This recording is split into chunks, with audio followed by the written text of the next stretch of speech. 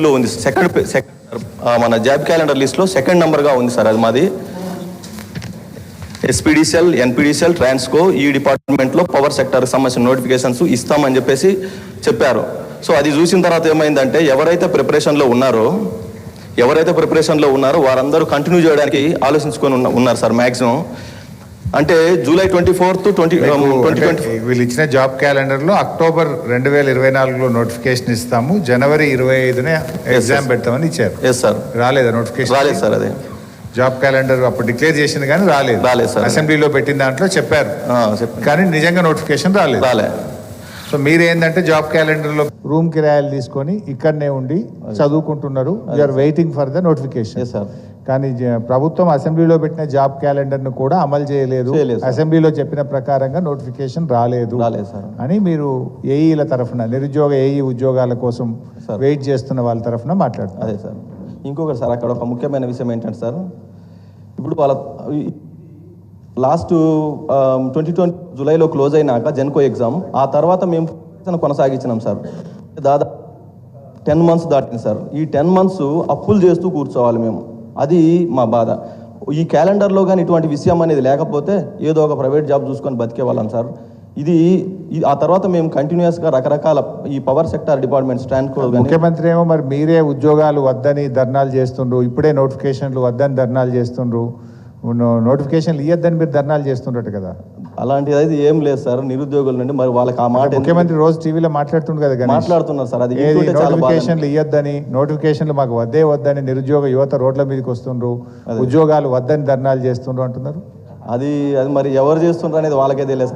అది వాళ్ళు ఉద్యోగాలు నోటిఫికేషన్ ఇవ్వమంటున్నారా వద్దంటున్నారా? మాకు కావాలా సార్ నోటిఫికేషన్ ఇవ్వమని అడుగుతున్నారు. కావాలా సార్? అడగడానికే వచ్చిండ్రు. అవును సార్. సో రేవంత్ రెడ్డి నోటిఫికేషన్లు వద్దని చెప్పేదంతా శుద్ధ అబద్ధం. అవును సార్, అబద్ధం మీరు చెప్పేది. అవును sir. You want notification? Yes sir, we want notifications sir. అయితే నోటిఫికేషన్స్ ఇస్తే సార్ మేము ఆ ప్రిపరేషన్ కంటిన్యూషన్లో ఉన్నందుకు కొన్ని అప్పులు చేసుకొని ఇటుపక్క క్యారీ చేస్తున్నాం సార్. వాళ్ళు ఎప్పుడు ఇస్తారని చూస్తున్నాం. ఇంతవరకు నోటిఫికేషన్ లేదు. రకరకాల డిపార్ట్మెంట్ని అప్రోచ్ అయినాం, వాళ్ళని అడిగితే త్వరలో అని చెప్తున్నారు సార్. త్వరలో అనే మాట మాకు నిద్ర లేకుండా చేస్తుంది నైట్. ఎప్పుడు త్వరలో అంటే ఎప్పుడు, ఎన్నాళ్ళు చూడాలి? ఇది ఒక భయంకరమైన ఒక భూతపదంలాగా అనిపిస్తుంది సార్ అందరికీ, నిరుద్యోగులకి. సో ఈ మా పవర్ సెక్టార్లో ఉన్నటువంటి 5300 పోస్టులు సుమారుగా ఉన్నాయి సార్. అవన్నీ ఇస్తామని అంటున్నారు, మరి అవి ఇచ్చి మమ్మల్ని ఆదుకుంటారని మేము నోటిఫికేషన్ ఇవ్వమని అడుగుతున్నారు. అవును సార్. సో ఇంకొకటి నేను అడుగుతాను, ఇప్పుడు జాబ్ క్యాలెండర్ అసెంబ్లీలో పెట్టినటువంటి జాబ్ క్యాలెండర్ నా దగ్గర ఉంది sir. I will read out. ఇలా ఏదైనా నోటిఫికేషన్ వచ్చిందా రాలేదా ఒకటి చెప్పండి నాకు. గ్రూప్ 2 సర్వీసెస్ అది పాతది. సో కొత్తగా చెప్పింది ఇంజనీరింగ్ సర్వీసెస్ అక్టోబర్ 2024లో ఇస్తామన్నారు, ఇవ్వలేదు. తర్వాత gazetted category engineering services October 2024లో నోటిఫికేషన్ ఇస్తామన్నారు, వచ్చిందా? రాలేదు సార్. అది కూడా రాలేదు.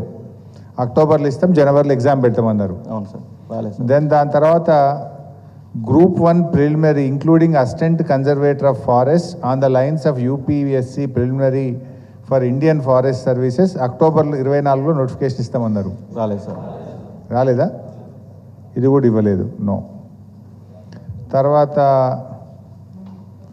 Gazetted scale of other professional services not included in groups degree and above level of other professional services of the departments, corporations, societies. ఇదేమైనా వచ్చిందా? రాలేదు సార్. ఇది కూడా రాలేదు. ఇది ఎప్పుడు ఇస్తామన్నారంటే జనవరి 25లో నోటిఫికేషన్ ఇస్తాం, ఏప్రిల్లో ఎగ్జామ్ పెడతామన్నారు. రాలేదు. సార్. దీని తర్వాత DSC of teachers in school education department February 25లో నోటిఫికేషన్ ఇస్తాం, ఏప్రిల్లో ఎగ్జామ్ పెడతామన్నారు. రాలేదు sir.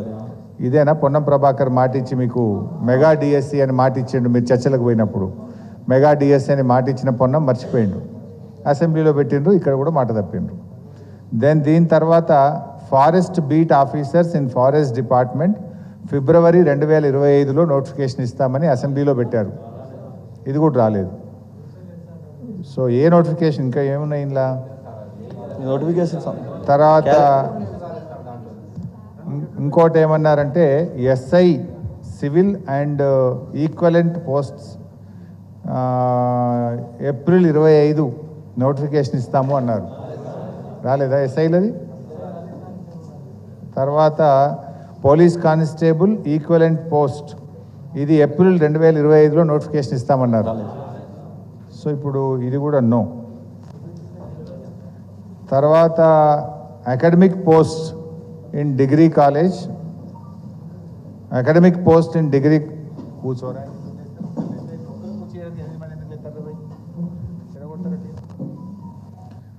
Degree lecturers equivalent post in residential degree colleges, ఇదేమన్నా వచ్చిందా? జూన్ 25లో నోటిఫికేషన్ ఇస్తామన్నారు, ఇది కూడా రాలేదు.